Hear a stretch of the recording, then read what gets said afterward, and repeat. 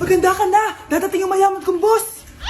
Sige po, Nay! Alimos po! Umalis ka nga dito! Baka makita ka pa ng boss ko! Sige na po! Pangkain ko lang po! Gutom na ako eh! Lumayas ka na! Ang dumi mo! Huwag ka nang babalik dito ha!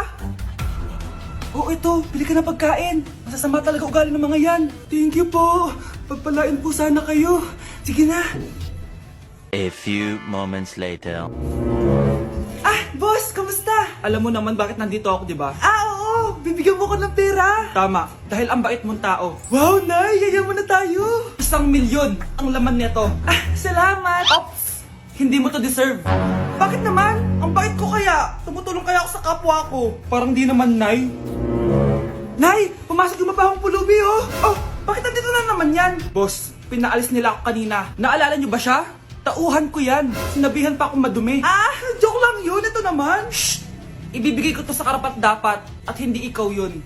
Ikaw ang karapat dapat na makatanggap nito. Sa akin? Milyonaryo na ako! Hindi pwede to. Sa akin dapat yan eh. Kayo ang tunay na mababaho. Eto, 5 piso. Pampalubag loob. 5 piso!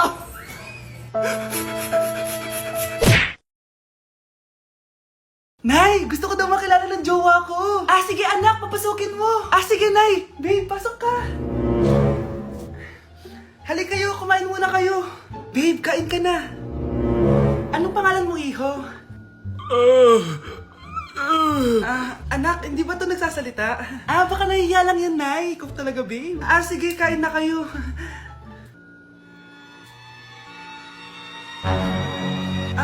Si Ay lang ako, sige, anak.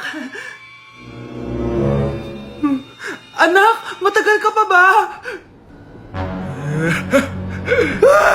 Sabi ko na multo ka eh. Halika dito. Anak! Bakit ka tumatakbo, Nay? Yung jowa mo! Multo siya! Pinagsasabi mo dyan, Nay!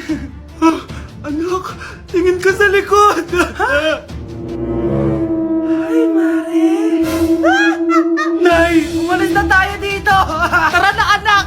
A few moments later. Ang galing natin, Nay! Naloko natin sila! May bago na tayong bahay, anak! Nay! Sino yun? Totoong multo na yun, anak! Umalis na tayo dito! Exam na namin bukas. Kailangan ko na mag-review. Ang hirap. Huwag ka na mag-review, te. Kunin mo yung cellphone mo, tapos mag-TikTok ka. Hindi ko gagalawin yung cellphone ko. Naku, sayang lang oras mo kaka-review. Mas sasaya ka pa sa TikTok.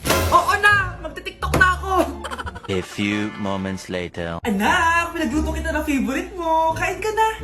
Wow, ang sarap ng pagkain. Pero konti lang kakainin ko kasi diet ako eh. Kain ka ng madami. Ubusin mo na lahat. Minsan lang yan. Hindi ako magpapatukso sa pagkain. Konti lang kakainin ko. Sabi nga nila, love your body. Huwag mong pigilan yung sarili mo kung di mo kaya. Go na, ubusin mo na lahat yan. Tangina! Oo na! Ubusin ko na lahat to! Anak, sabi ng teacher mo, bagsak ka daw? Simula ngayon, bawal ka lang mag-cellphone ha? Hala, bawal ka daw mag-cellphone? Hindi pwede yan. Magalit ka sa kanya. Nay, sorry. Hindi po kasi ako nakapag-review eh. Walang sorry sa akin. Bigay mo sa akin phone mo. Kung ako sa'yo, sasagutin ko na yan. Bigay mo sa akin phone mo. Sagutin mo na. Tama na. Anak, okay ka lang? Mukha ba akong okay, Nay? Palaging may bumubulong sa akin. Naku, Diyos ko. Nay, tulungan mo ako. Kaka-TikTok mo yan eh. Tara, dadalhin na kita sa mental hospital. Good morning, ma'am. Ba't ang laki ng tiyan mo, Samantha? Buntis mo ako, ma'am.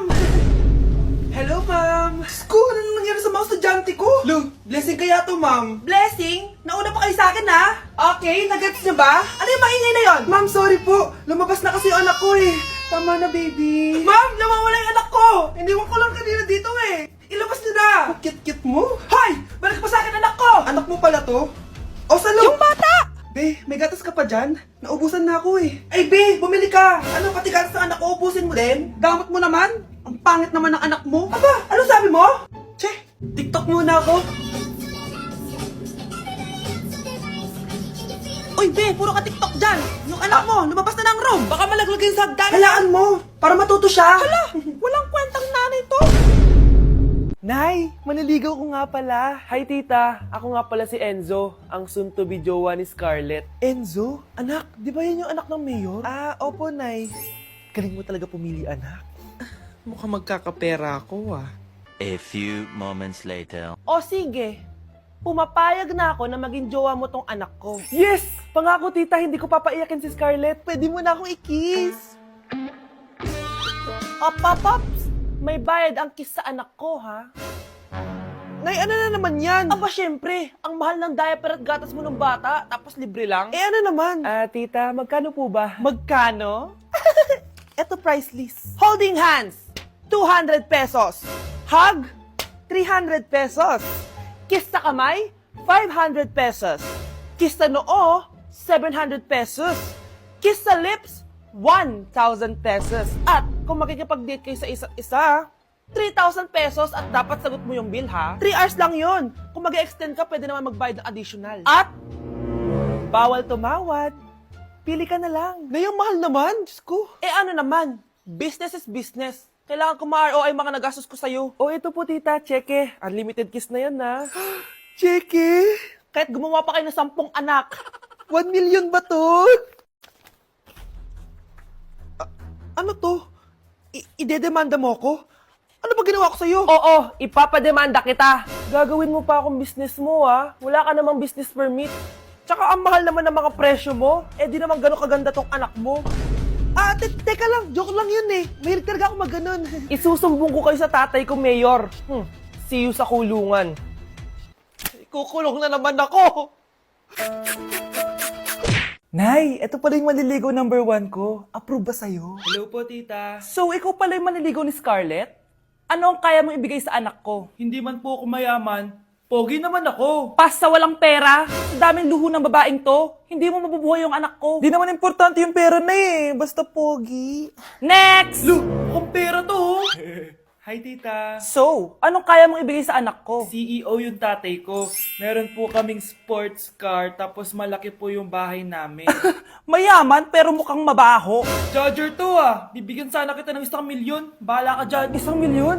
Hoy, bumalik ka dito! Nay, puro ka next. Gustong-gusto ko na magka-jowa. Siyempre, gusto ko yung perfect na lalaki para sa'yo, anak. Hello po, tita. Oh, anong kaya mo ibigay sa anak ko? Hindi po ako mayaman, tita. At hindi rin po ako sobrang gwapo. Pero malinis po ako sa katawan. At marunong din po ako maglinis ng bahay at ng mga plato. Wow! Ganito yung gusto ko lalaki para sa'yo, anak. Kaya etong award-winning Wise Cleaner ang gamit ko kasi ito ang the best dishwashing liquid kit. Tara, samahan niyo ako gumawa ng dishwashing liquid. Nabili ko nga pala tong kit na to for only 250 pesos at ito yung mga laman niya. Siyempre, importanteng basahin niyo muna yung instructions. At ayun na nga, nag-umpisa na tayo. Naglagay lang ako ng 14 liters sa timba namin. At ang unang nilagay ko ay itong bubble booster. Susunod ay nilagay ko na rin yung surfactant. So kailangan paikot niyo tong ilagay. O diba, para ka lang nagluluto. Nag-set lang ako ng timer for 20 minutes para hintayin matunaw lahat ng ingredient. Pagkatapos nun ay haluin nyo na mabuti at ilagay nyo na yung premix bottle. So ito pala nabili ko ay calamansi flavor at ito na yung magiging kulay ng dishwashing liquid natin. Nilagay ko na rin pala yung thickener para maging malapot na yung dishwashing liquid natin. Pero dahan-dahan lang guys ha. At ayun, tinakpan ko na at babalikan natin for 24 hours. So mukhang okay na at bumili din ako ng mga bote. Dito ko ilalagay yung mga dishwashing liquid. Naisip ko lang na perfect pala to maging business kasi madali lang gawin at madami ka rin magagawa. Nagprint lang ako ng mga stickers at ayan, pwede na natin siyang ibenta guys. Kung ako tatanungin nyo, super worth it nitong Wise Cleaner. Perfect!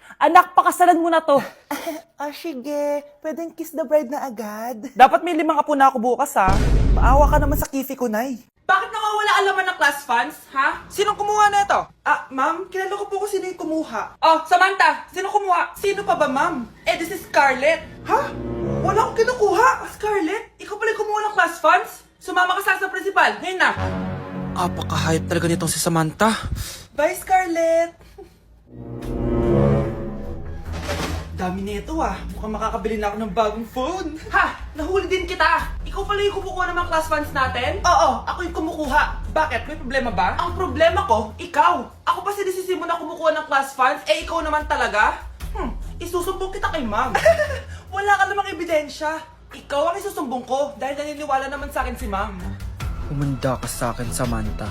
Wow, may bagong phone si Samantha. Sana all. Bigay ito ng parents ko, guys. Class! Sino naman kumuha sa class funds? Si Scarlett po yung kumuha, ma'am. Pagsabihan nyo nga yan. Ako na naman? Nagpapatawa ka ata, Samantha. Talaga ba, Samantha? Kitang-kita ko na kumuha ka dito. At narinig ko, nabalak mo na naman si Scarlett. Ma'am, di po ako yun. Gagawin mo pa ako sinungaling? Diyan ka naman magaling, di ba, Samantha? Sa pagsisinungaling? Sumama ka sa akin sa principal at ipapatawag ko yung magulang mo. Buti nga sa'yo, Samantha. Deserve mo yan. Nag-uumpisa pa lang ako.